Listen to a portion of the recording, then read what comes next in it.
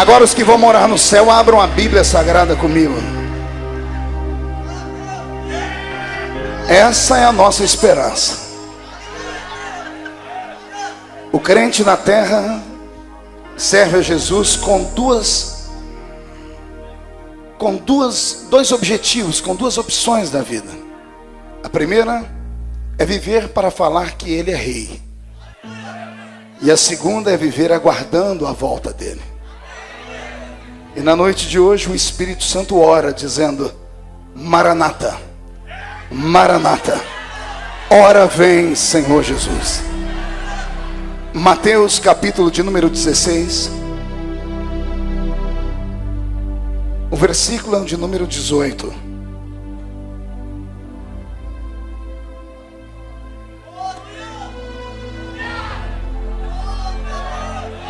Mateus capítulo 16, versículo 18. Quem encontrou, diga amém. Pois também eu te digo que tu és Pedro, e sobre esta pedra edificarei a minha igreja, e as portas do inferno não prevalecerão contra ela. E eu te darei as chaves do reino dos céus, e tudo que ligares na terra será ligado nos céus, e tudo que desligares na terra será desligado nos céus. Feche a Bíblia, coloque no banco, na cadeira. Pegue na mão da pessoa mais perfumada do seu lado. Ainda dá tempo. Aperte a mão dele ou dela com carinho até eles falarem aleluia. Pentecostal que não faz barulho está com defeito de fabricação, né? Oremos. Pai, nós te exaltamos e te glorificamos. E nós entendemos que dentro de alguns minutos, e esta linda igreja ficará pequena para o tamanho da glória que o Senhor vai mandar dos céus. Daqui a alguns minutos os que vieram tristes começarão a saltar de alegria. Os que vieram se arrastando não voltam se arrastando para casa. Hoje voltarão voando nas asas de um novo tempo. E antes que eu comece a ministrar a sua palavra, cerque esta igreja com a sua presença. E num raio de 5 quilômetros onde houver um demônio alojado, eu dou a esses demônios segundos para sumirem daqui. Porque se não sumirem, serão queimados pelo poder da sua glória, que aqui será derramada. Rasgue os céus sobre nós, Senhor. Manda anjos de fogo descerem neste lugar. Que estes anjos desçam trazendo brasas de fogo nas mãos. Comecem a esparramar estas brasas entre nós. E onde houver um crente cheio do Espírito Santo, toca nele nesta noite, Jesus, e mostra o caminho da verdadeira e poderosa adoração. Fala conosco, fica conosco, em nome de Jesus. E a igreja diz: os que podem, tomem o seu assento aplaudindo a Jesus, porque Ele é bom, porque Ele é grande.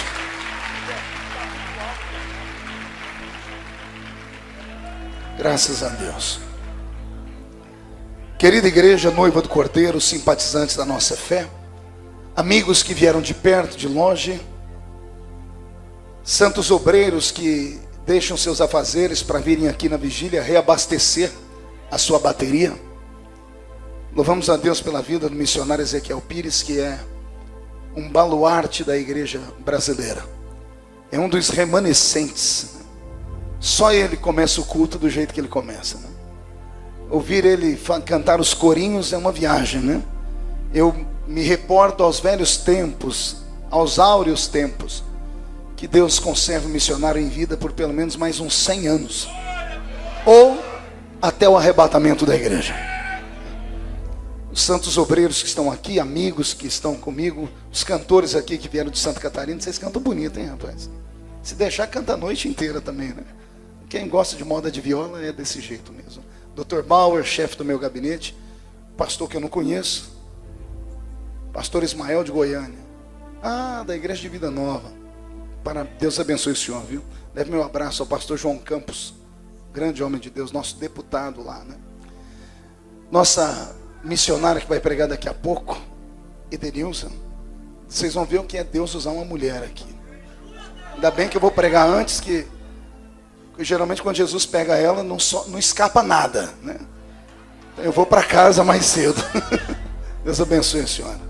Pastor Roberto, mude a música para mim. O texto desta madrugada é um texto conhecido da igreja.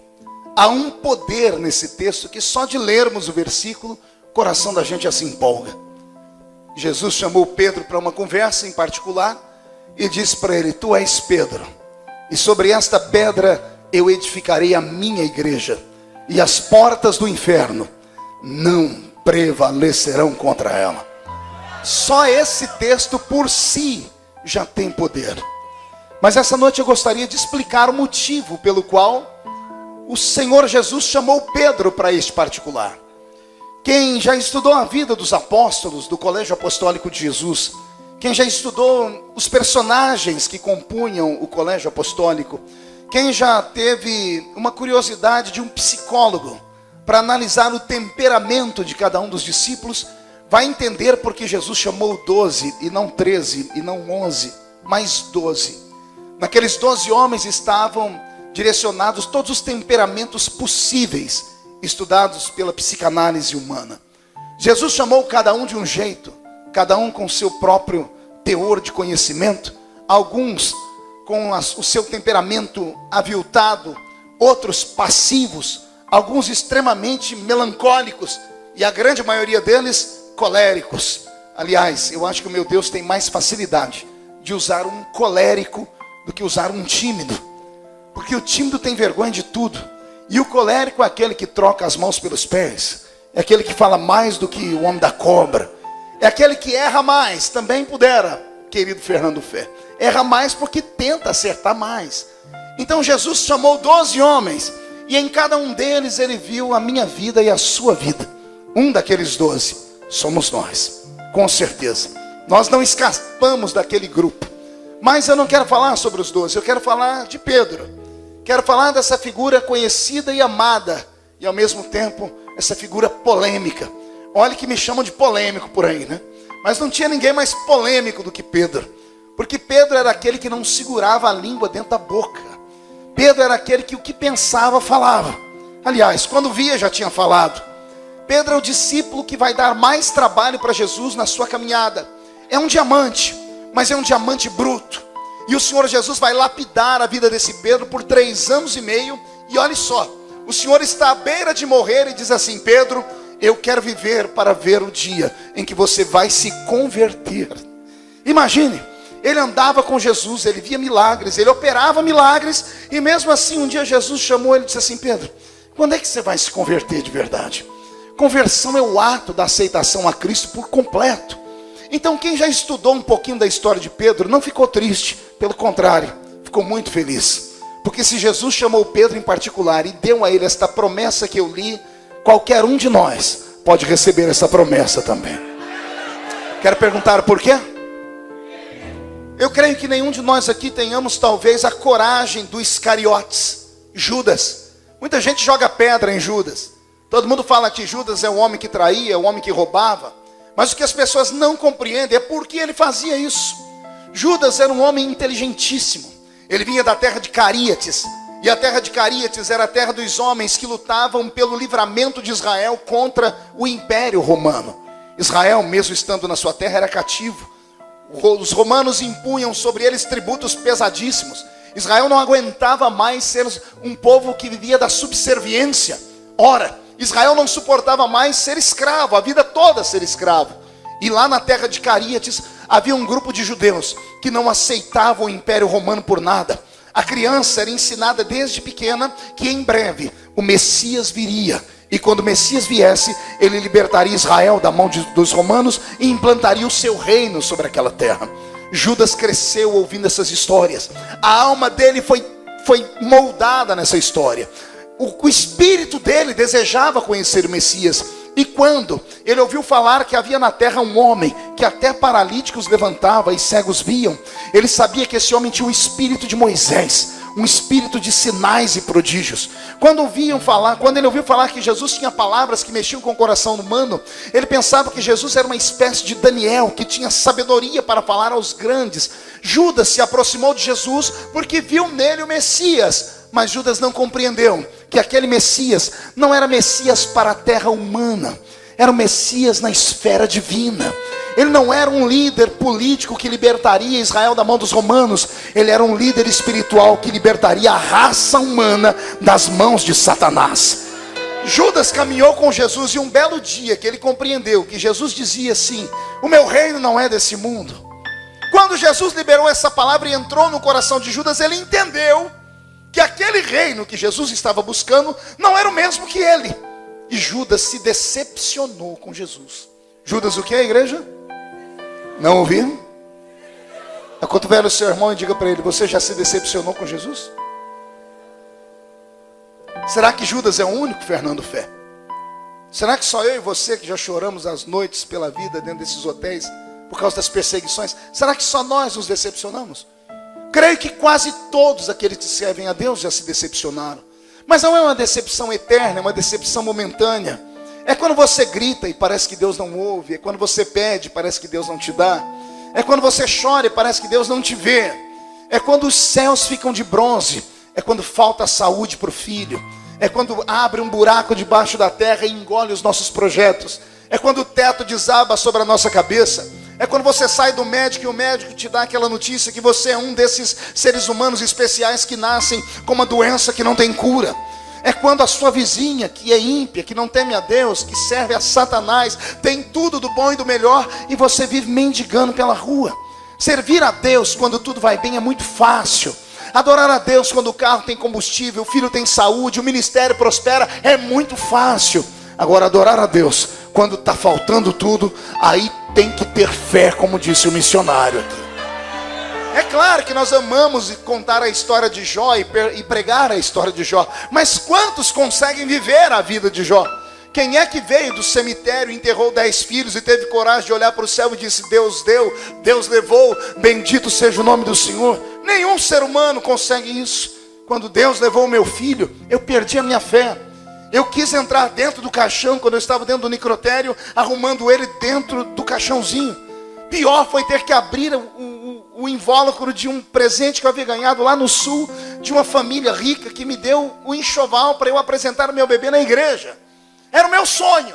Mas o dia que eu tive que abrir aquele embrulho e embrulhar o meu filhinho naquela roupa para ajeitar ele dentro do caixão e sepultá-lo, não consegui dizer: Deus deu, Deus levou, bendito seja o nome do Senhor.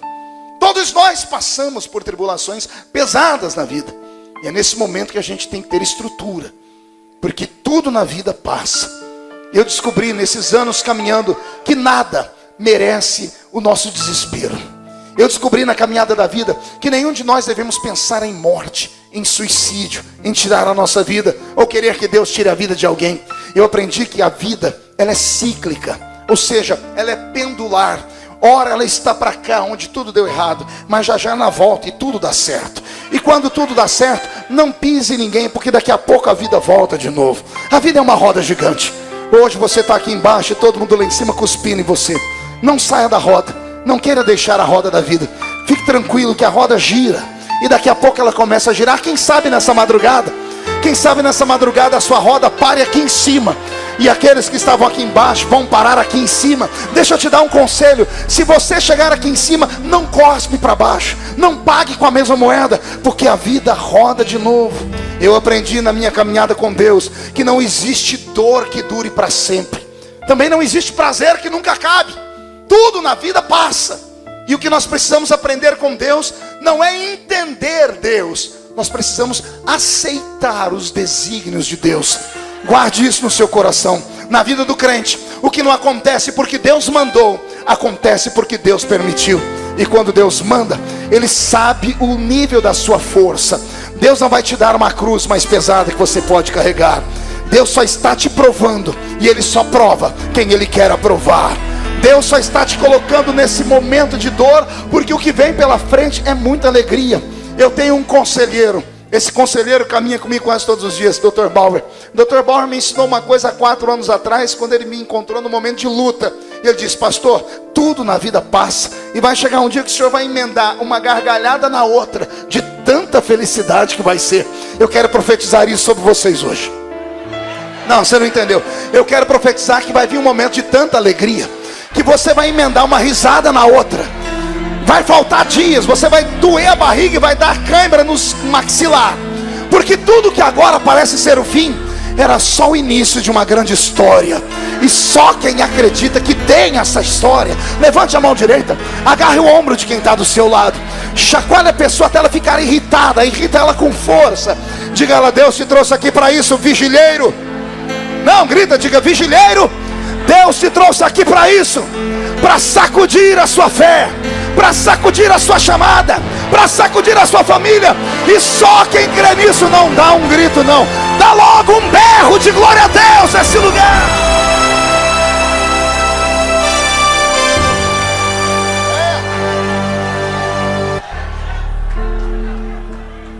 Pois bem, quando Jesus chama Pedro, Jesus não chama Pedro só porque ele era Pedro, mas porque ele tinha uma história. E a história de Pedro não era uma história de muitas conquistas. Pelo contrário, pense no discípulo que Jesus mais puxou a orelha.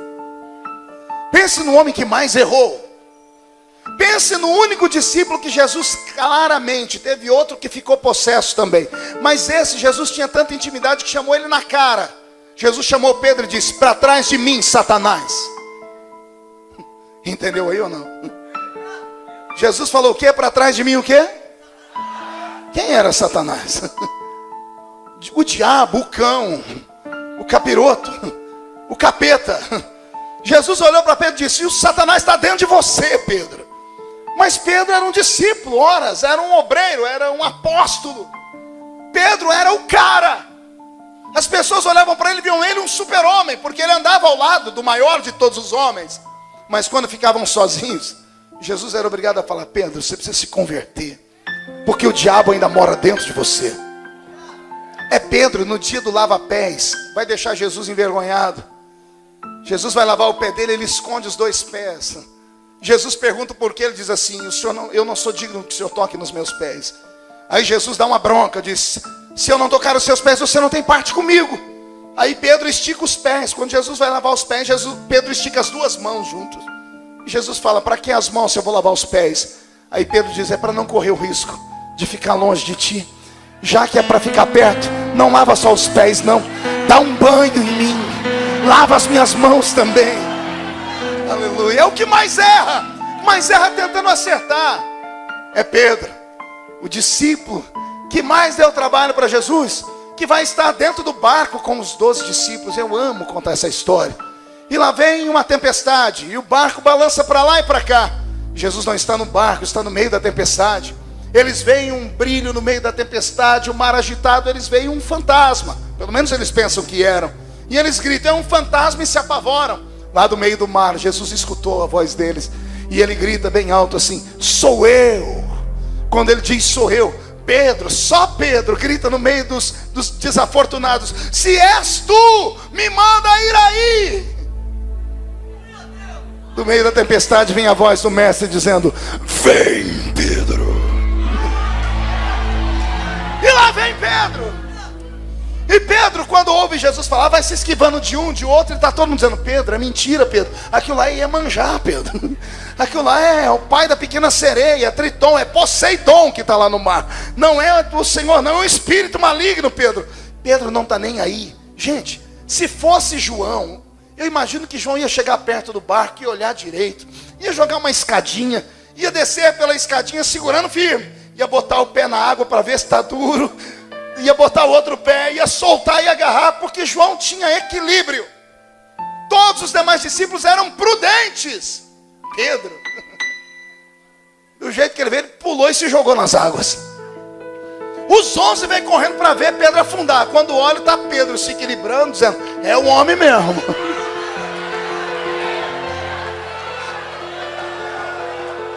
Pedro vai andando, e aqui em cima fica 11 homens com ciúmes.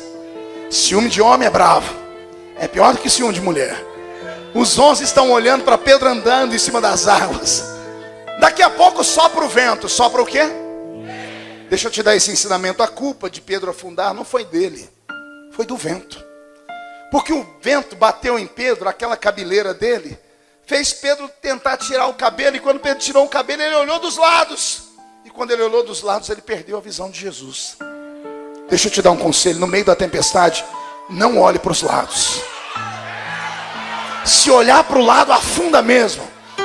Se olhar para as coisas da vida, você afunda. Se olhar para o tamanho da tempestade, para o tamanho do inimigo, para o tamanho da conta, para o tamanho da calúnia, para o tamanho da fofoca, para o tamanho da perseguição, para o tamanho da desgraça do inferno que veio só para te extorquir, se você olhar só para isso, você afunda.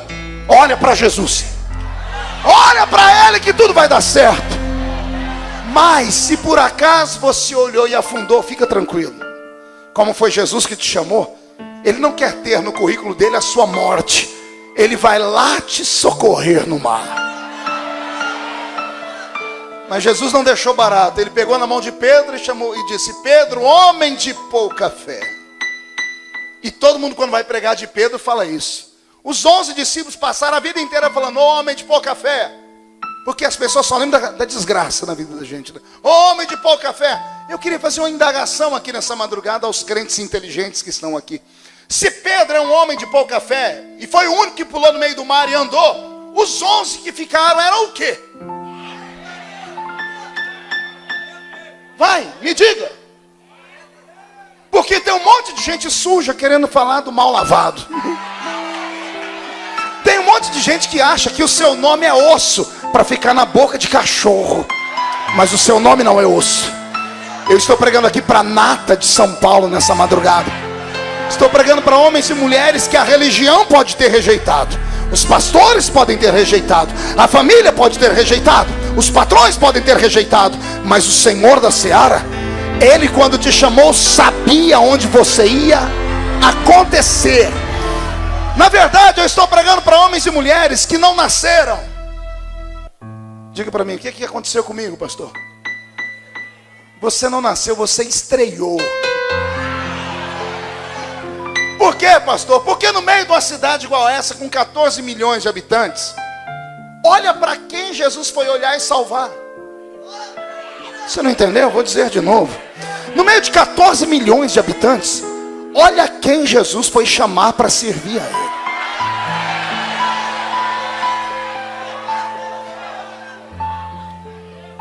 É esse Pedro que depois que afundou e Jesus tirou do mar, está dentro do barco. E deve estar todo mundo rindo dele, dizendo assim: ei, Pedrão, homem de pouca fé. Se fosse aqui no Brasil, eu ia chamar ele de homem bully.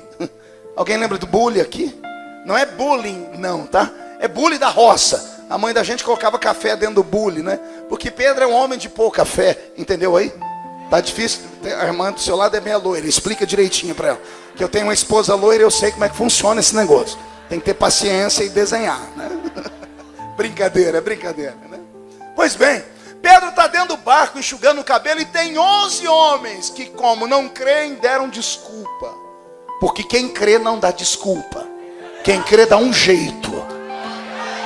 Quem crê dá um jeito. Quem não crê sempre vai dar uma desculpa.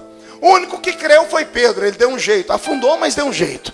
Os outros não deram jeito, deram desculpa. Jesus está dentro do barco e tem 11 discípulos falando: Senhor, o Senhor desculpa, mas os falsos moralistas, eu sabia que se eu fosse eu ia afundar também. Senhor, me perdoa, mas enquanto eles estão falando, um deles deve ter lembrado: Jesus, olha que história, que coisa ruim. Toda vez que alguém lembrar dessa história, vão falar que Pedro, um dos seus, afundou. Um homem de pouca fé. Eu imagino Pedro pedindo a palavra, Pedro enxugando o cabelo, Pedro fazendo uma cara de tristeza, porque Pedro era artista, né? Senhor, me perdoa, toda vez que contarem essa história no mundo, vão chamar eu de homem de pouca fé. E está todo mundo dizendo: está vendo, Senhor, até ele está falando. Mas eu imagino Pedro trocando a tristeza por um sorriso bem peralta e dizendo: Jesus, mas toda vez que alguém contar essa história e falarem que 2 homens quebraram a lei da gravidade e andaram em cima das águas, um é o Senhor, mas o Senhor veio do céu, da Nova Jerusalém. O Senhor é acostumado com esse negócio de voar. Eu sou só um mortal nascido na terra. Toda vez que alguém lembrar de 2 homens que andaram nas águas, um és tu e o outro sou eu. Pode imaginar os 11 invejosos gritando: mas você afundou. Vamos lá, vamos ensaiar. Vamos aqui, eu sou Pedro e vocês são os demais. E Pedro dizendo assim: vão lembrar que só 2 andaram, Senhor, em cima das águas. Um és tu e outro sou eu. Aí todo mundo grita: mas afundou. Aí Pedro diz: mas eu andei. Aí todo mundo: mas afundou. Mas eu andei. Mas eu andei, hein? Mas eu andei. Podem falar o que quiser, mas eu andei. Eu andei. Com Pedro eu aprendo que é melhor ir e voltar do que nunca ir. Não, você não entendeu, eu vou dizer de novo. Com Pedro eu aprendo que é melhor às vezes ir e bater com a cara no muro, se arrebentar inteiro, se machucar e voltar envergonhado por um momento. Mas pelo menos quando você coloca a cabeça no travesseiro, você dorme. Dorme de consciência limpa, dizendo: eu pelo menos tentei. Duro, com todo respeito, duro deve ser para alguém que quando vai dormir fica remoendo o passado e dizendo: e se eu tivesse tentado? E se eu tivesse ido naquela vigília? E se eu tivesse ouvido meu pastor? E se eu tivesse casado? E se eu tivesse aceitado aquele emprego? E se? O se é uma desgraça, é um demônio que atormenta os covardes. Por isso eu amo Pedro. Chegou arrebentado, mas experimentou. Quando alguém ia contar, só ele podia dizer: eu andei em cima das águas. Sabe o que eu aprendo com Pedro? Que Deus ama gente atrevida. Você não entendeu, eu vou repetir. Deus ama gente atrevida. Deus ama gente louca. Por isso que eu amo pregar em vigília. Vigília não é culto para gente certa, não. Gente normal está em casa dormindo ou assistindo o Corujão. Só vem para vigília gente pirada. Só vem para vigília gente que falta uns parafusos na cabeça. E o meu Deus ama gente maluca. Porque enquanto os normais estão vendo o Corujão, esses que aqui estão vendo a pombinha do Espírito Santo voar sobre nós aqui nessa noite. Só quem não é normal dá um berro para acordar São Paulo.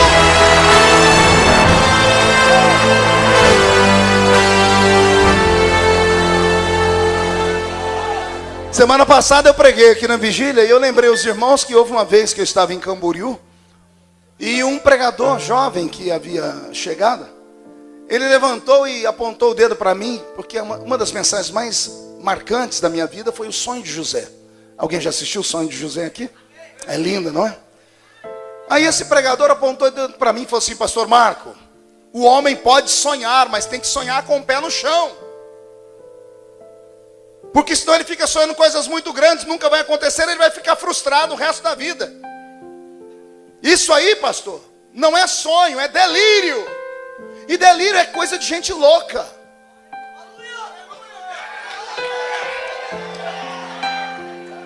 Eu fui pregar depois dele. Oh meu Deus, que pena. Eu apontei o dedo para ele e disse: meu amigo, muito obrigado por você ter corrigido a minha pregação. E eu quero aqui dizer para todo o Brasil que eu me equivoquei de fato. O crente não tem que sonhar, não. O crente tem que delirar. E eu mostrei na Bíblia. Tem um menino que acabou de acordar, morrendo de fome, está sentado numa mesa, tomando leite, comendo café, aquele pão com ioiô creme, ou Nutella, sei lá o que. Ele está comendo, mastigando, falando: mamãe, papai, eu tive um sonho. E todo mundo dizendo: que sonho que é, José? Eu sonhei que o sol e a lua e 11 estrelas se curvavam diante de mim. Isso não é sonho, isso é um delírio. Como é que pode um ser humano mortal sonhar que os astros e as estrelas vão se curvar diante dele? O meu Deus ama quem anda de chinela havaiana, mas sonha que está voando num jumbo, num jato. O meu Deus é apaixonado por gente que só tem 2 dentes na boca, o zagueiro e o atacante, mas que acredita que mais cedo ou mais tarde vai estar morando no alto de um arranha-céus em São Paulo. O meu Deus é apaixonado por gente que congrega numa igrejinha de 3x4, onde o presbítero tem uma barriga daquele tamanho parecendo cemitério de frango. Deus ama que está lá e diz assim: um dia eu vou pastorear um campo com milhares de obreiros, com milhares de ovelhas. O meu Deus ama homens e mulheres que saem do normal. Vigília não é culto para crente normal. Os normais que vêm na vigília saem escandalizados, não entendem aquela irmã rodando, não entende aquele irmão pulando, não entende o crente que está saltando. É claro, isso aqui não é para normais, isso aqui é para quem não é normal.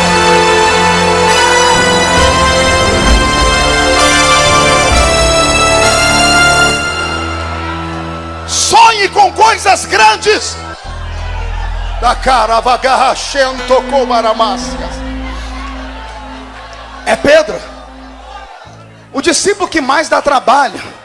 O que eu vou falar agora é uma revelação. Diga para o seu irmão, é uma revelação. Um dos maiores ensinamentos sobre misericórdia e reconquista de sonhos aconteceu com Pedro, no dia em que Jesus foi traído, na noite em que Judas o traiu. Quando Jesus saiu do horto, diz a Bíblia que os homens lançaram mão dele. Iscariotes deu um beijo na face de Jesus. Uma horda de soldados, não soldados pretorianos, mas soldados tão preparados quanto os pretorianos. A minha Bíblia Sagrada diz que um soldado do sacerdote, um guarda do sacerdote, possivelmente alguém ligado a Anás, a Caifás, lançaram mão de Jesus. E quando esse homem pegou Jesus, Pedro surtou. Pedro tirou uma espada da cintura e deu no pescoço daquele soldado. Mas o soldado era preparado demais, se esquivou, e a espada arrancou a orelha do soldado. A espada arrancou o quê? Pedro não entendeu direito, porque assim que ele arrancou a orelha, Jesus se inclinou em terra e catou a orelha, e foi lá na cabeça do rapaz e colou a orelha de novo. Alguém acha que Jesus só está demonstrando o poder dele, mas não é, muito mais do que isso. É só conhecer a história. Aquele guarda era um guarda do sacerdote, era alguém que servia ao sacerdote, e alguém que servia ao sacerdote estudava a teologia com o sacerdote. O sonho daquele guarda era um dia ser um sacerdote. Mas quem conhece o livro de Levítico diz que Deus, quando queria um sacerdote, ele avisava: o sacerdote tem que ser perfeito, pés perfeitos, pernas perfeitas, braços perfeitos, nariz perfeito e orelha perfeita.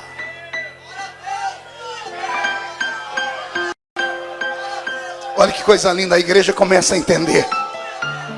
O guarda do sacerdote sonhava em ser sacerdote, mas o sacerdote tinha que ter a orelha perfeita. Quando Pedro bateu a espada na orelha daquele homem, a orelha caiu no chão. Não caiu uma orelha, caiu um futuro, caiu um sonho, caiu um ministério, caiu uma chamada.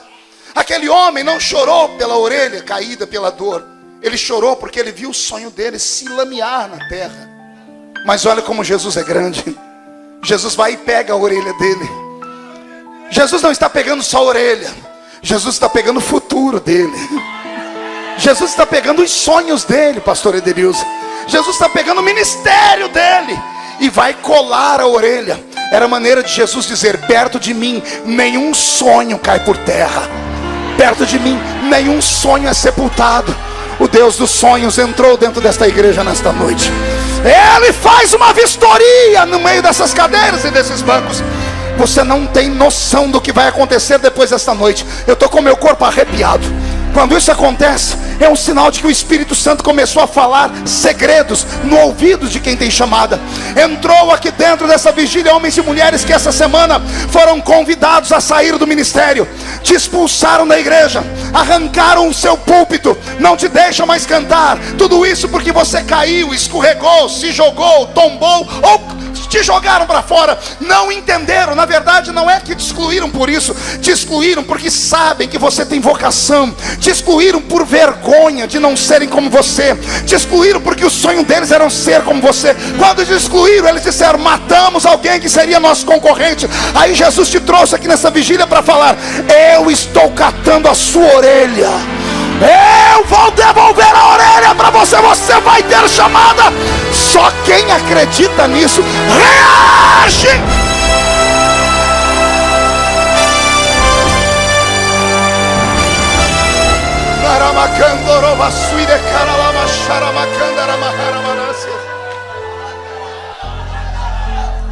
É na fraqueza de Pedro que nós aprendemos lições. Se não existisse um Pedro para Jesus poder nos ensinar essas coisas, nós ficaríamos sem conhecer o total poder dele. Nesse mesmo dia, quando Pedro vê Jesus fazer aquilo, Pedro pegou aquela espada e jogou fora. Tem um segredo para te contar. Aquela espada estava na cintura de Pedro há 3 anos e meio. Porque Pedro era cobrador, era pescador. Como era pescador, era um homem pobre. E todo homem pobre naquela época tinha lei, né? Olho por olho, dente por dente. Tinha medo dos piratas que podiam roubar a sua pesca. Ele andava armado para se defender. Agora é interessante, como é que alguém anda ao lado de Jesus com uma arma? E detalhe, por que Jesus nunca mandou ele tirar a espada da cintura? Por quê? Porque se Jesus mandasse, ele tiraria, sim ou não? Vou perguntar, se Jesus dissesse, Pedro, tira a espada da cintura, Pedro tiraria, sim ou não? Por que Jesus nunca falou então? Simples. Jesus nunca falou para Pedro tirar a espada da cintura. Porque se ele falasse, Pedro tiraria, mas a espada sairia da cintura, mas nunca sairia do coração de Pedro. Como assim, pastor? Eu gosto de dar esse testemunho. Quando eu me converti, a primeira coisa que falaram para mim foi para tirar a televisão de casa. E eu obedeci, porque eu tinha medo de ir para o inferno.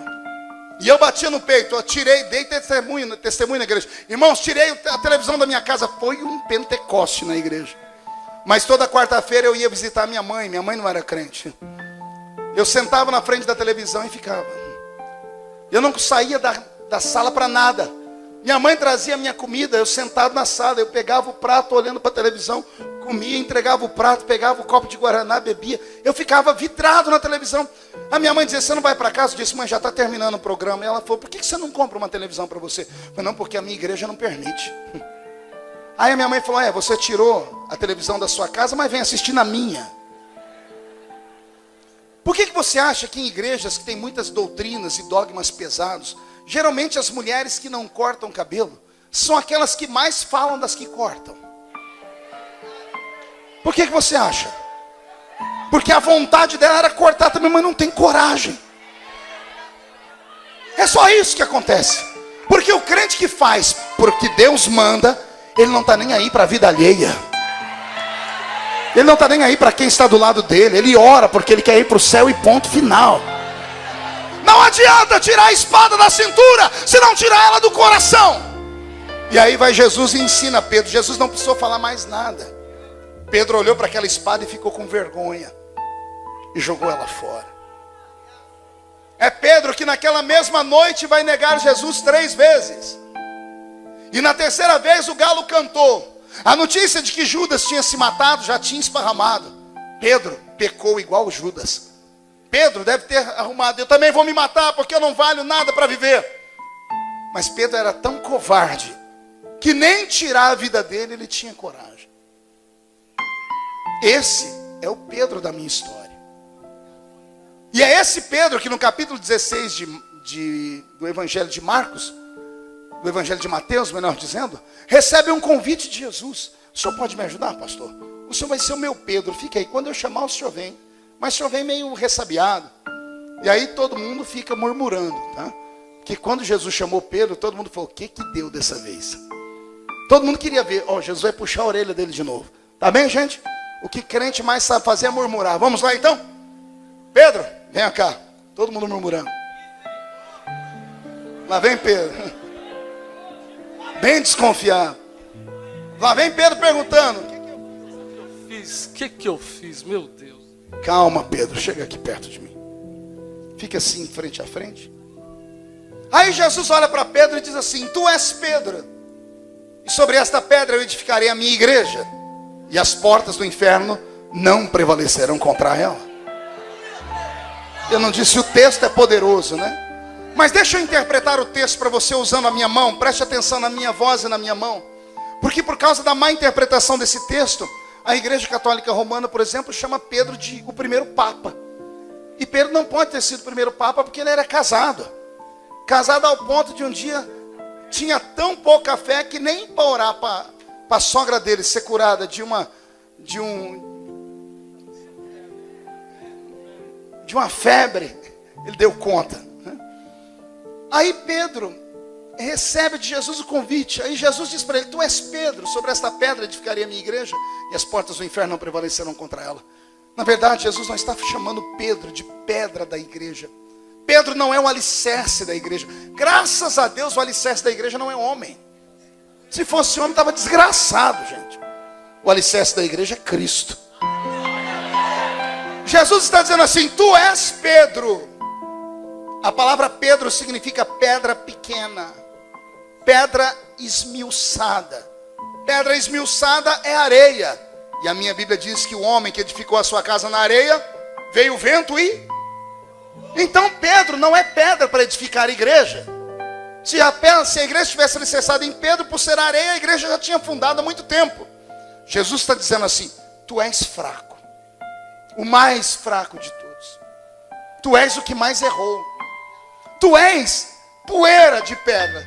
Tu és pedra pequena. Agora preste atenção na minha mão. Jesus está falando com Pedro. Tu és uma pedra pequena que não presta para nada. Mas sobre esta pedra, sobre esta rocha. Não entendeu? Eu vou fazer de novo. Jesus está dizendo: tu és Pedro, mas eu sou a rocha. Tu és Pedro, mas eu sou a pedra de esquina, a pedra angular. Eu sou a rocha de Meribá. Eu sou a pedra. Eu sou a pedra arrancada do alto da montanha na visão do rei Nabucodonosor. A pedra cortada sem auxílio de mão, que bate nos pés da estátua de Nabucodonosor e desfacela os reinos da terra. Todos os reinos terminam, mas esta pedra tem um reino que vai de eternidade a eternidade. Tu és uma pedra insignificante, mas sobre esta pedra, respira fundo e não se escandaliza. Pedro não é o alicerce da igreja. Olha o que Pedro é. Tu és pedra pequena, mas sobre esta rocha eu edificarei a minha igreja. Pedro não é o alicerce. Pedro é a própria igreja. Pedro é a igreja do Senhor. E quando o Senhor diz: tu és Pedro, a verdadeira igreja, Jesus está dizendo então que a igreja é fraca. Ele está dizendo que a igreja pode afundar a qualquer momento. Porque se Pedro é a igreja é areia esmiuçada, não tem como ela permanecer de pé. E aí que entra ele dizendo assim: tu és pedra esmiuçada que não presta para nada, mas sobre esta rocha eu edifico a minha igreja. E as portas do inferno, Pedro, olhe para cá, não podem prevalecer. Sabe por quê? Porque eu entro na sua frente. As portas do inferno não prevalecerão contra você. O diabo, para tocar na igreja, tem que passar pelo leão da tribo de Judá.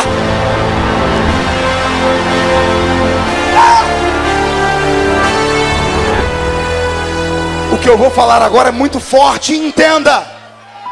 Só existe uma igreja verdadeira no mundo. E não é a Assembleia de Deus. Também não é a Universal. Também não é a Igreja Mundial. Nem a da Graça. Também não é a Igreja Católica Romana. Só há uma igreja verdadeira. A igreja verdadeira tem outro nome. Aqui ela se chama Marco. E aí? Vou contar até 3. Você vai me dizer o nome da sua igreja. 1, 2, 3. É para essa igreja que Jesus disse: as portas do inferno não prevalecerão contra você.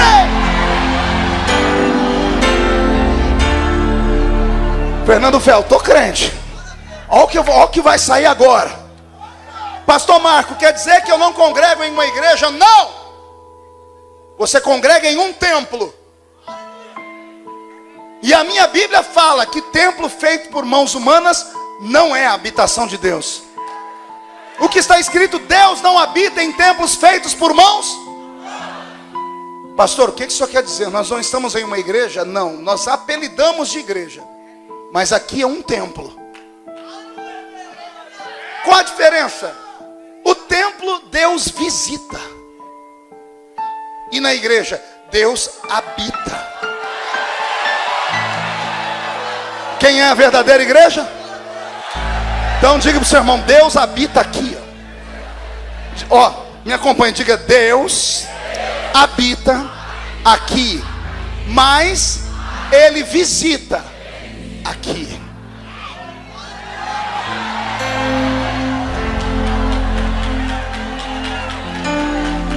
Mas eu quero ser bonzinho. O templo vira a igreja. Pergunte quando? Quando o primeiro crente abre a porta. Quando o primeiro crente põe o pé dentro do templo, o templo vira igreja. Porque o crente arrasta para dentro do templo Deus. E onde Deus está é uma igreja. Quando é que Deus vai embora? Quando o último crente vai embora. Aí a igreja vira templo de novo. Tá entendendo mais ou menos?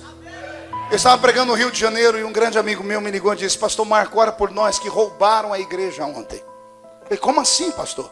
Levaram o som, levaram o púlpito, quebraram a porta da tesouraria, levaram os objetos, levaram até as cadeiras. Roubaram a nossa igreja. Naquela noite eu fui orar, porque eu sei como é difícil montar um santuário, como é difícil construir, pagar. E eu falei: Jesus, roubaram a sua igreja aqui no Rio de Janeiro. O Espírito Santo puxou minha orelha na hora, disse: impossível. Eu falei: não, Senhor, roubaram sim, talvez não chegou a informação aí. E o Espírito Santo disse para mim: nunca isso vai acontecer. Eu disse: não, o endereço é tal, roubaram a igreja. O Senhor disse: roubaram o templo. A minha igreja ninguém pode roubar. Ela tem dono. Essa igreja que eu digo que tem dono, ela tem protetores. Eu vou falar para você as proteções que existem sobre você. E se você sentir de Deus, você pode até dançar no espírito. Quando eu começo a falar sobre isso, me dá uma alegria tão grande. E eu começo a ficar com pena do diabo. Olha só, tem hora que eu tenho raiva dele. Mas eu começo, quando eu lembro do que eu vou falar agora, me dá pena dele. A luta é injusta para o lado dele. Quer perguntar o porquê? Quando Lúcifer traiu Deus, ele conseguiu fazer cair 1/3 dos anjos. Faz assim comigo. Diga ao seu irmão: o céu tinha 3/3. Lúcifer conseguiu arrebatar 1/3. Sobrou? Está pronto para ouvir o que eu vou falar? Para cada demônio que existe para te atormentar, tem no mínimo 2 anjos para te proteger.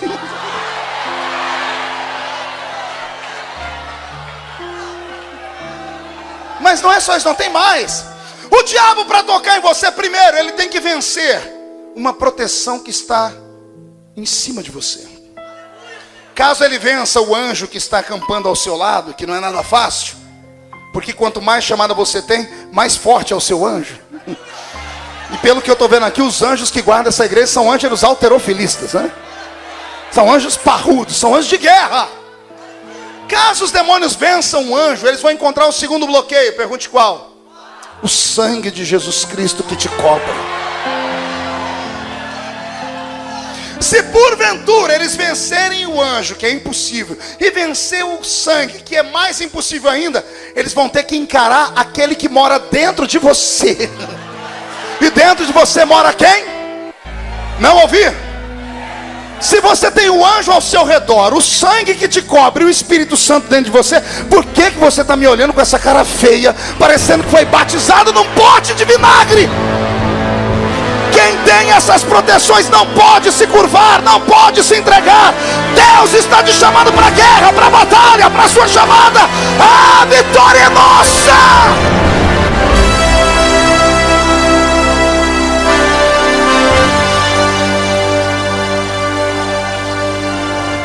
Eu fui insistir com o Espírito Santo naquele dia: Senhor, mas roubaram a igreja. O Senhor disse: não, roubaram o templo, Marco. Eu falei: qual a diferença? O Senhor disse: a minha igreja tem proteção, o templo só tem proteção enquanto a igreja está lá dentro. Eu falei: como assim? O Senhor disse: quando os crentes foram embora, para que eu ia deixar um anjo lá? Anjo vai ficar cuidando de cadeira? Cadeira não tem boca para dar glória. Vai cuidar de púlpito? Púlpito não tem pés para dançar. Vai cuidar da tesouraria? A tesouraria não tem mãos para aplaudir. O anjo tem mais o que fazer. Podem roubar o templo, mas não podem roubar a igreja, porque a igreja é lavada no sangue do Cordeiro. A igreja é a noiva do Cordeiro de Deus. Só quem faz parte dessa noiva dá mais um grito de glória, por favor. Eu pregava em Toronto, no Canadá, numa linda igreja estilo gótico, uma igreja evangélica europeia. A igreja tinha um campus universitário gigante. Preguei como um gigante naquela noite, a igreja mais linda que eu tinha pregado até então. Crentes de língua hispana, inglesa e portuguesa me assistiam. Terminou o culto, o pastor me chamou e disse: Pastor Marco, o senhor foi a última voz profética dessa igreja. Eu falei: por quê? Disse: porque a igreja está fechando. Mas fechando por quê, pastor? Ele disse: nós alugamos esse prédio. Os crentes que congregam aqui hoje são apenas 6. E os 6 juntos não conseguem pagar o imposto para manter o prédio. Nós tivemos que vender o prédio por 6 milhões de dólares canadenses. Compraram um salãozinho pequeno em um outro bairro. Ele disse, a partir de amanhã vai vir máquinas aqui destruir tudo isso, e aqui vai ser um condomínio de luxo.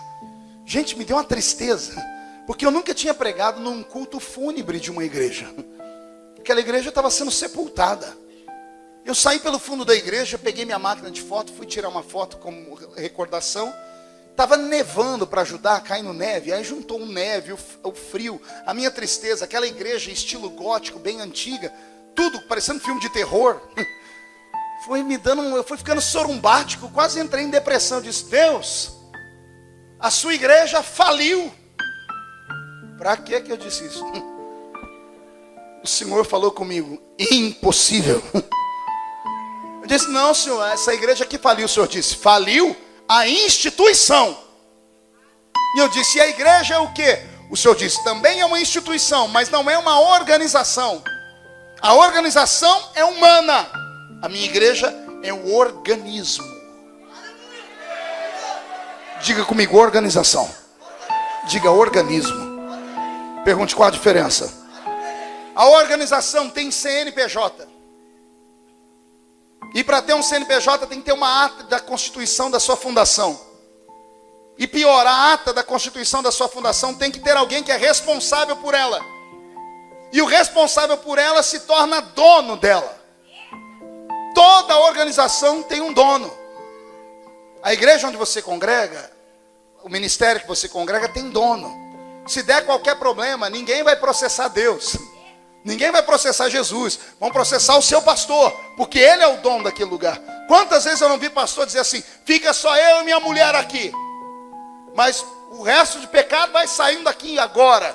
Quem manda aqui sou eu. E ele não está errado não. Ele manda na organização. Mas no organismo, porque se a organização é fria, não tem vida, isso aqui é organização. Isso aqui é organização. Isso aqui é organização. A cadeira que você está sentado é organização. Nisso aí podem mandar. Mas no organismo, o organismo tem vida. O organismo respira, enxerga, ouve, grita, pula, aplaude. Estamos vivendo uma época tão difícil que as grandes denominações, depois que construíram o império como organização, império, grandes templos formidáveis e coisas mais, eles acham que podem mandar o organismo embora. Quantas vezes eu vi pastor levantar e dizer, se você não concorda comigo aqui, pode sair, a porta da rua é serventia da casa. Sabe por que ele fala isso? Porque o templo está pago, ele não tem conta para pagar, o que entra no culto é lucro. Mas quando ele estava construindo tudo, ele pegava qualquer um, todo mundo era bem-vindo. Ou seja, pela organização ele fez tudo, mas pelo organismo ele não faz nada. O que vai ter de gente que vai pagar um alto preço quando estiver diante dele. Geralmente a organização gosta só das ovelhas ricas. Ai, Jesus. Geralmente a organização gosta só de gente estudada, letrada. Só de gente que tem um dízimo forte, gente que não dá escândalo. A organização grande não quer problema com gente defeituosa, não quer pegar um pau que nasceu torto e tentar endireitar ele. Não querem bandidos, não querem drogados, não querem, eles querem só nada. Porque é uma organização fria. Mas Jesus não veio para isso, ele é médico. O médico veio para os doentes, veio para o organismo. E para Jesus funciona assim: quanto pior, melhor. Não, você não entendeu, vou dizer de novo. Para Jesus funciona assim: quanto mais lixo, melhor. Porque ele pega o lixo e transforma em luxo.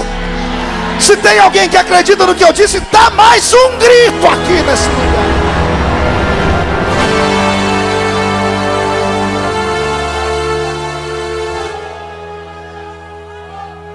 Está faltando amor ao organismo. Estão matando o organismo. A organização vai bem. Graças a Deus, o termômetro da saúde da organização vai muito bem. Tem dinheiro em banco, tem dinheiro aplicado, tem prédios, tem aviões, tem helicópteros, tem tudo a organização. Muito obrigado. Mas e o organismo?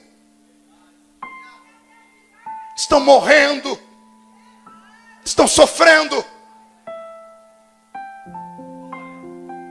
estão sendo torturados, estão sendo extorquidos, estão perdendo a paixão.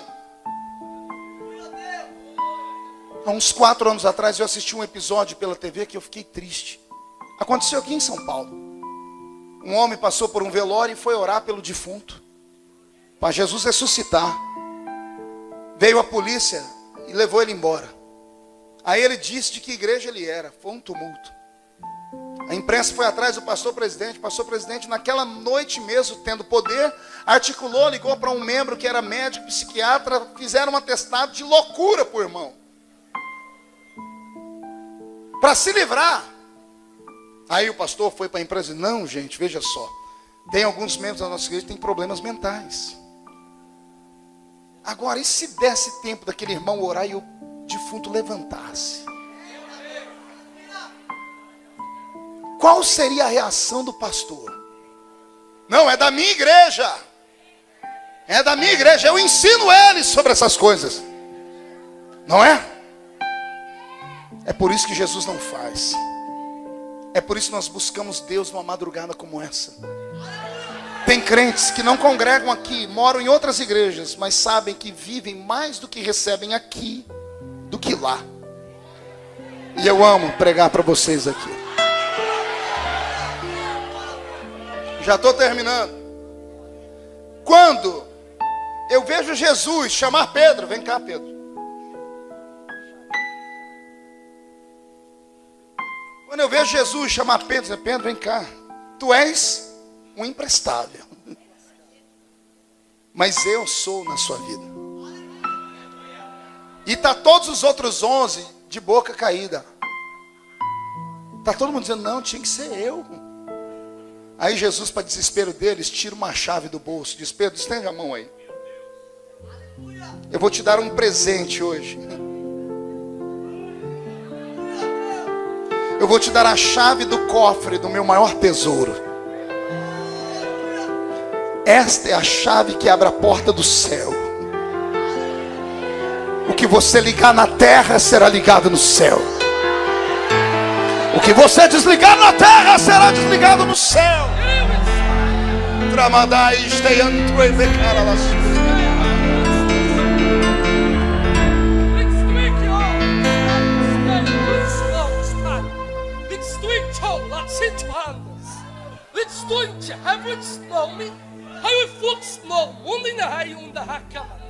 Falo eu assim com o meu povo.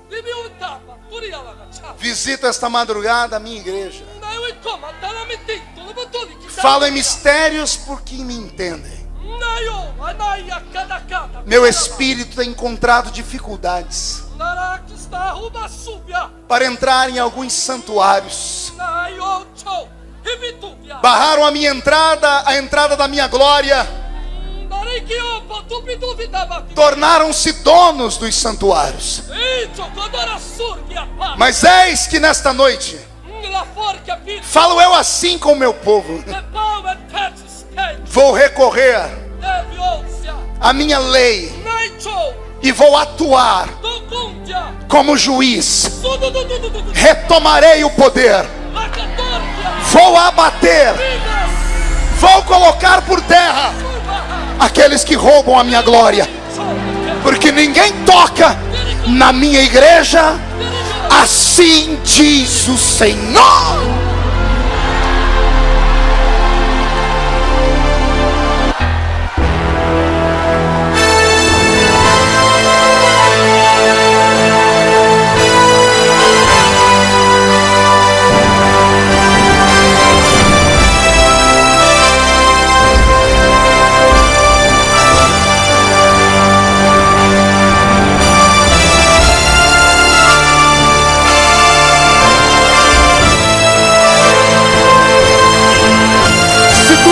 Nesta palavra, Jesus, eu quero um sinal neste lugar.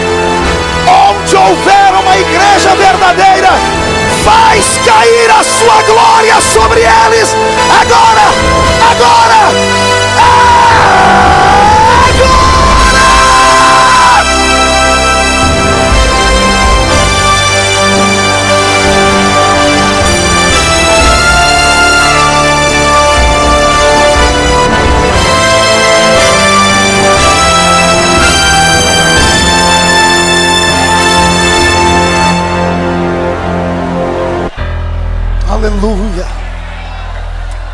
Ramaste entre velesuri di condora machera bagara bagacias. Elohim te lo mantre velesuri di quevara bagara bagacias. Biramakianto kovara sui de has.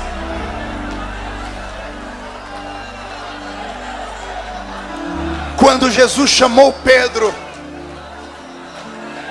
Jesus estava mandando um recado para nós esta madrugada. Jesus estava dizendo: eu não entreguei a chave da minha glória para os grandes, não entreguei a chave do ministério para os poderosos, para os intelectuais, para os gigantes. Quando eu estabeleci a minha igreja, eu coloquei ela na mão de gente fraca, na mão de gente simples, na mão de gente sofredora, na mão de gente que cai toda hora, mas por misericórdia se levanta. Esta igreja é intocável.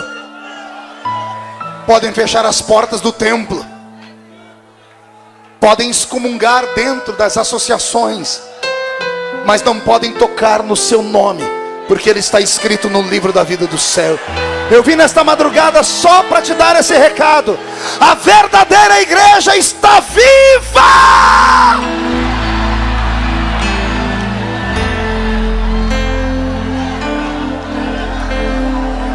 Para terminar, abra sua Bíblia comigo no Evangelho de Marcos, capítulo de número 16.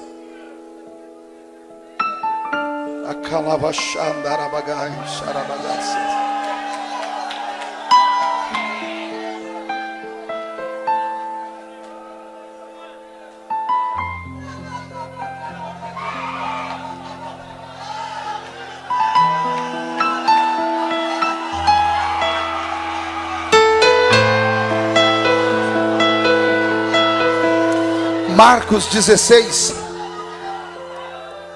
e o versículo de número 7. Mas ide, dizei a seus discípulos e a Pedro, que ele vai adiante de vós para Galiléia. Ali o vereis, como ele vos disse.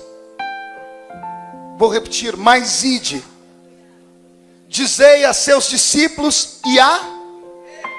Quero ouvir toda a igreja. Dizei a seus discípulos e a... Dizei aos seus discípulos e a... Que ele vai adiante de vós para Galiléia. Ali o vereis, como ele vos disse. Feche a Bíblia, fique de pé. Pegue na mão de quem está do seu lado e ouça-me. Nós temos na Bíblia 4 evangelhos: Mateus, Marcos, Lucas e João. Cada um desses evangelhos tem uma direção. Cada um deles tem um escritor. Geralmente, dos 4 evangelhos, 3 não são apenas os escritores, mas os escritores são também autores. Mateus é o autor e escritor. Lucas é o autor e escritor. João é o autor e o escritor. Agora preste atenção: Marcos é só o escritor. Marcos nunca andou ao lado de Jesus. Marcos não era discípulo de Jesus. Marcos era discípulo de Pedro. Quando Pedro estava atrás das grades em Roma, faltando 30 dias para ser crucificado de cabeça para baixo, ele recebeu a visita de João Marcos, seu discípulo. João Marcos era escriba, sabia ler e escrever. Pedro era só um pescador. Pedro chamou Marcos e disse: na próxima vez que vier, traga papiro, nanquim e pena, porque eu quero escrever um retrato de Jesus. Cada evangelho é um retrato. O evangelho de Marcos é o mais simples, já percebeu ou não? É o menor. Ele não tem genealogia no começo, não tem palavras poéticas, Por que é o menor? Marcos era intelectual, mas Pedro não era. E Marcos não acrescentou nada. Ele sentado atrás das grades, Pedro ditava. Marcos sentado do outro lado escrevia. Eu imagino Pedro de olhos fechados, com a mão no joelho, dizendo: eu me lembro dele. Oh, glória. E ele foi lembrando tudo. Quando Pedro foi falar da ressurreição, porque os 4 evangelhos falam da ressurreição. Os 4 evangelhos falam de anjos que estavam lá na tumba. Os 4 evangelhos falam que a tumba estava vazia. Os 4 evangelhos falam que as mulheres foram lá. Mas só o evangelho de Marcos tem um versículo que eu li. Os anjos chegaram nas mulheres e disseram: avise aos discípulos e a Pedro. Por que Jesus se lembrou de Pedro só? Por que os outros não escreveram isso? Porque para Mateus, Lucas e João isso não importava, porque não foi com eles. Mas eu imagino Pedro dizendo: Marcos, quando Jesus morreu, eu queria me matar, mas eu era covarde demais. Todo mundo ficou me acusando porque eu só errei na minha vida. Alguns foram embora, eu fiquei aqui na casa, e na casa onde eu estava, todo mundo ficava me acusando de ter negado Jesus antes que o galo cantasse. Eu já estava mal, me senti o pior dos homens, eu queria sumir do mundo. E naquela manhã de domingo, quando as mulheres voltaram do sepulcro correndo, eu estava agachado num canto da casa aos prantos. Ninguém se aproximava de mim porque eu era um verme, porque eu neguei Jesus. Ninguém acreditava mais em mim. A minha vontade era sumir. Mas as mulheres entraram dentro daquela casa e disseram: a tumba está vazia, Jesus ressuscitou. Todos pularam e se alegraram. Eu me senti pior ainda. Eu me murchei num canto chorando. Aí uma mulher chegou em mim e disse: Pedro, não chore não. Por que não chorar? Eu neguei ele. Pedro, quando Jesus ressuscitou, ele deixou um recado para você. Os anjos entraram na nossa mente, no nosso ouvido, dizendo assim: avise a todos os discípulos, mas a Pedro em particular. Fale para Pedro que Jesus vai encontrar ele ali na frente.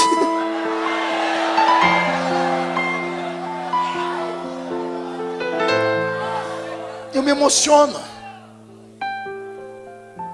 Eu me emociono porque Pedro sou eu. Eu estou pregando só para Pedros aqui. Gente fraca, gente sofrida, gente que erra, gente que peca, mas que se sente um miserável e vem à igreja buscar perdão, conforto, vem na igreja buscar consolo, vem na igreja buscar uma voz, uma palavra profética. Eu não poderia ser João, porque João era perfeito demais, mas Pedro eu poderia ser. E aí vem Jesus no último momento e diz assim: Pedro, levanta. Eu sei o que você fez, eu já tinha previsto. Era a maneira de Jesus dizer: Pedro, a nossa história não acabou. Vai, eu vou te encontrar ali na Galileia. Pedro, eu te amo, Pedro. Não importa o que você fez, eu te amo, Pedro. E Jesus te trouxe hoje aqui só para você ouvir o que eu vou falar agora. Ele nunca procurou super-homens. A igreja busca super-homens. A igreja quer homens e mulheres que nunca pequem, que nunca erram. A igreja quer anjos na terra, não homens. Mas quando um homem erra, quando uma mulher erra, não errou porque é mau, ou porque é um safado, um sem vergonha. É a natureza herdada. É a natureza humana que está em nós. E Deus não consegue ser Deus na vida de um crente forte, porque o crente forte não precisa de Deus para nada. Um crente que dá conta de subir um monte 7 dias por semana, jejuar 30 dias por mês, ler a Bíblia de capa a capa, que não toque em nada que respeite 10 mandamentos, ele precisa de Deus para quê? Teve um homem na Bíblia que era como eu e você. Ele ensinava todas as coisas boas. Ele puxava a orelha dos outros, mas quando ele estava sozinho ele chorava. Um dia ele não aguentou e disse: Deus, o bem que eu quero fazer eu não faço. O mal que eu não quero, eu faço todo dia. Quem me livrará desse corpo de maldição. Deus entrou no quarto dele e falou assim: ei, Paulo. Sim, Senhor. Calma. A minha graça te basta. Segure aí, aperte bem firme a mão do seu irmão. Porque Jesus disse para ele assim: o meu poder se aperfeiçoa na sua fraqueza. Consegue entender isso, amigos?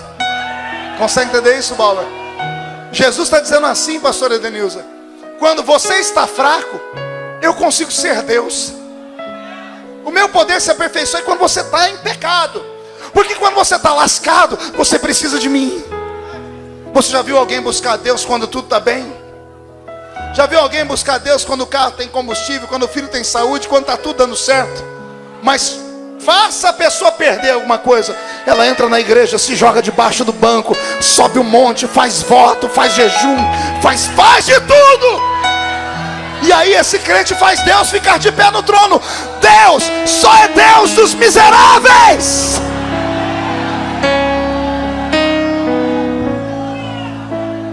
E aí vem a parte mais bonita. Para encerrar, Deus revela-se a Paulo. Paulo entende, ele escreve assim: aí eu entendi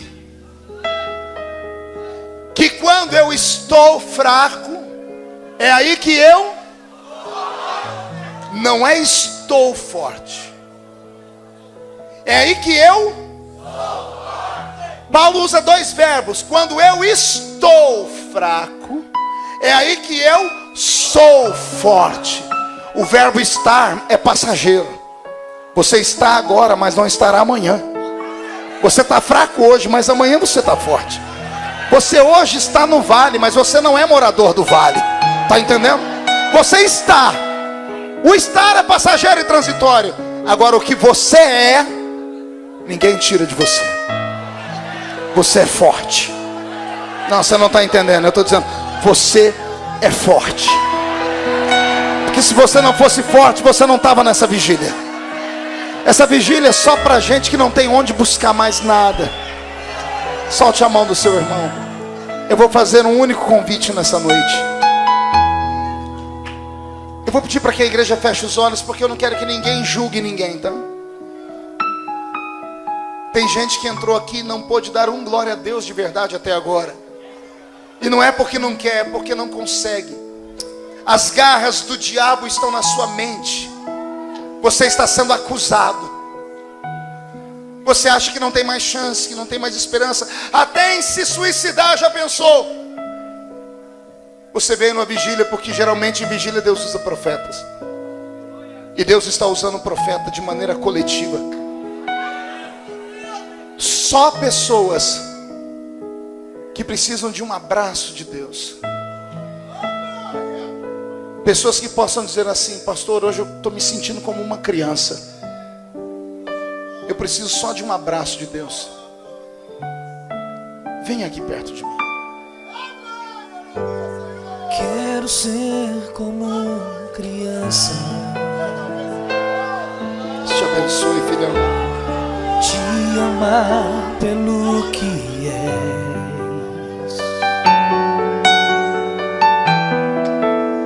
Voltar à inocência.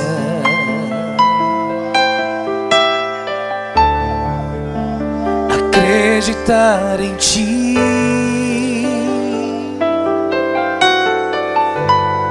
Mas às vezes sou levado. Feche os olhos. Pela vontade de crescer, tornar-me independente, e deixo de simplesmente crer.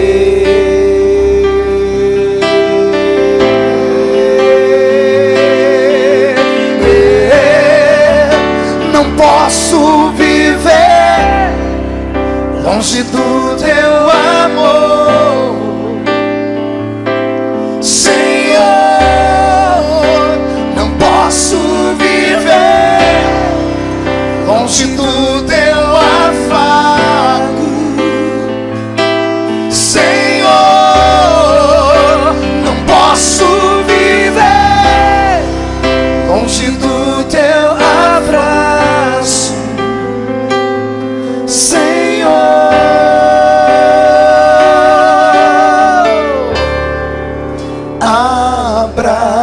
abraça-me. Recebe. Abraça-me. Recebe um abraço do seu Deus, recebe. Vai dar tudo certo. Abraça-me. Tenha paciência. Não se desespera, não foge. Seus braços não faz uma loucura. Aguenta, vai passar, vai passar. Abraça-me.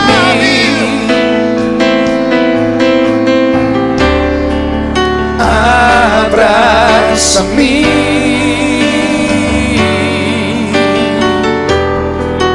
Abraça-me. Com seus braços de amor. Meu Deus e meu Pai, como é bom poder te chamar de Pai.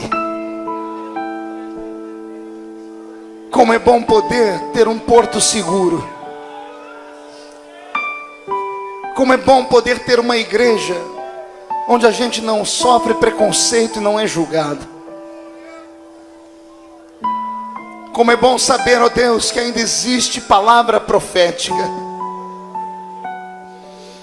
Meu Pai, eu estou orando agora por uma multidão. Eu ouço choros e gemidos. Não tem nenhum super-homem aqui. Não há nenhuma mulher maravilha, Senhor. Nenhum de nós, ó Deus, erramos porque queremos. A nossa natureza é ruim. Todos os dias a gente se levanta da cama, Senhor, acreditamos que vamos te agradar até o fim do dia. Mas vem a luta, vem o desespero. Vem, Senhor, a necessidade de comer, de beber, de vestir.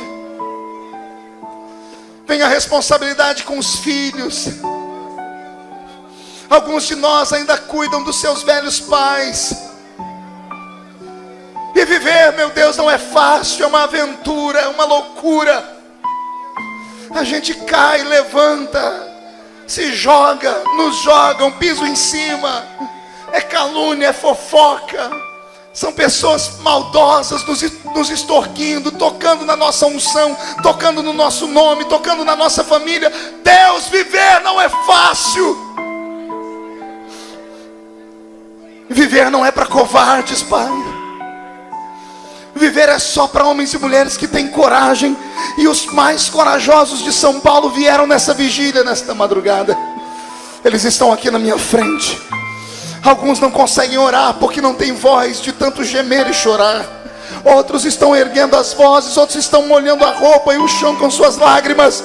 Todos eles, meu Deus, vieram em busca de um toque. Ó Deus de Pedro!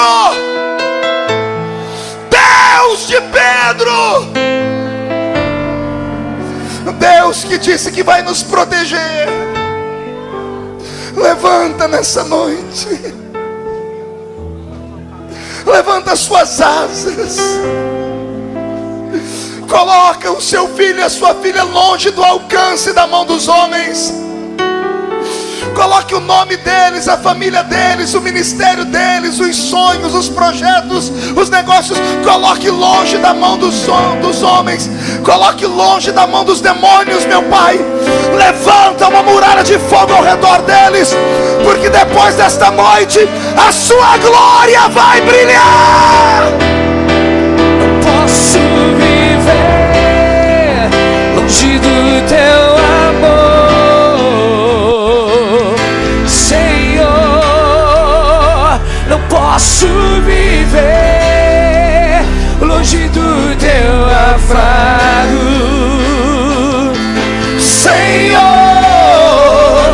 Não posso viver longe do teu abraço, Senhor. Para terminar, traga os dois braços ao redor do peito. Abraça-me. E cante conosco só essa palavra, abraça-me. Abraça-me.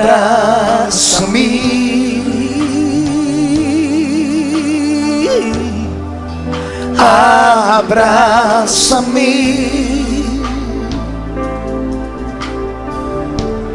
com seus braços de amor. Aleluia. Abraça-me. Só quem crê, levante a mão direita para o céu. Diga comigo em nome de Jesus. Todos os demônios de acusação que roubaram os meus sonhos, que tocaram na minha família, que tocaram no nome que Deus me deu, eu ordeno. Venha para a palma da minha mão agora. Feche a sua mão. Vou contar até 3, você joga no chão e pisa em cima. Aí você vai abraçar 3 pessoas e vai dizer para ele: Jesus se lembrou de você hoje. Ele vai se encontrar com você ali na frente. 1, você nunca mais será o mesmo. 1,5, sua família vai sentir orgulho de você de novo. 2, quem viver verá, para ver onde Deus vai colocar o seu nome. 2,5, Pedro, há um tempo de mudança na sua vida hoje. 3, joga no chão, pisa em cima.